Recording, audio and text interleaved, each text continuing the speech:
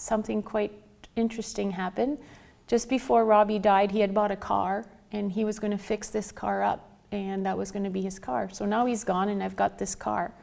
And I went to Robinson's Auto in Petawawa, and I said, how much would it cost to safety this car? Because I'm going to sell it, and then I'm going to take the money, and I'm going to give it to Bishop Smith High School and start a fund for kids to be able to play sports. And the owner of Robinson's Auto said, I will fix that car for free. And then he called me up a couple days later. He said, hey, I have a buddy who has a body shop in Deep River, and he's going to do the body work on the car. Wow. So the car was gone for almost 2 months, and when I got the car back, it was painted angel white, and it was gorgeous. And I sold it. It was a 1994 Mazda Presidia, and this was in 2011, and I sold it for $8,000. Oh, jeez. I know.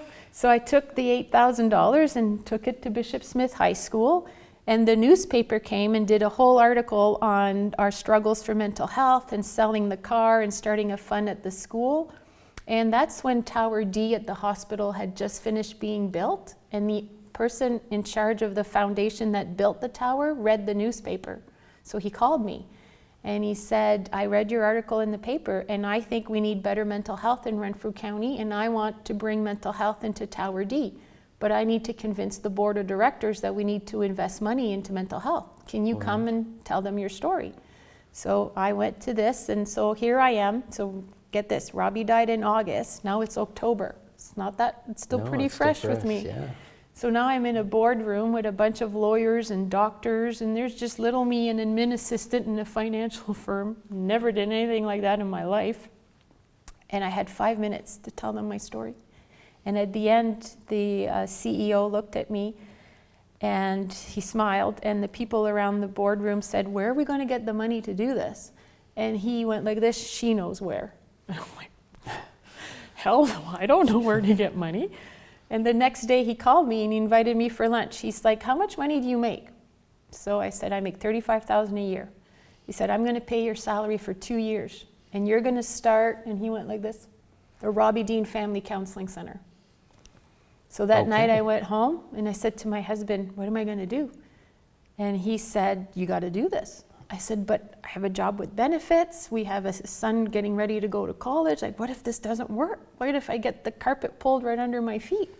And he said, we'll deal with it then. Okay. So I quit my job, and on March 2nd, 2012, I'm sitting in Tower D all by myself in the entire tower. And that's where the Robbie Dean Centre started. On June 5th, 2013, the walk-in clinic opened its doors, and Fantastic. Didn't have a lot of money. I went to all the Rotary clubs in the Ottawa Valley. They each gave me $3,000. So I had a great idea, $21,000, and knew nothing of how to do it.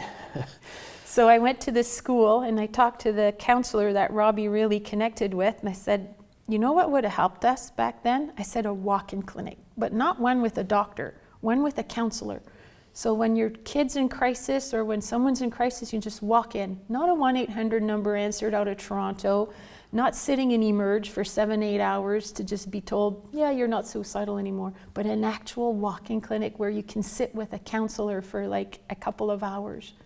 And he said, I'll design that for you, because he was a mental health person. So he designed what a clinical model of a walk-in clinic would look like. And back then there was no walk-in clinic. So he designed it.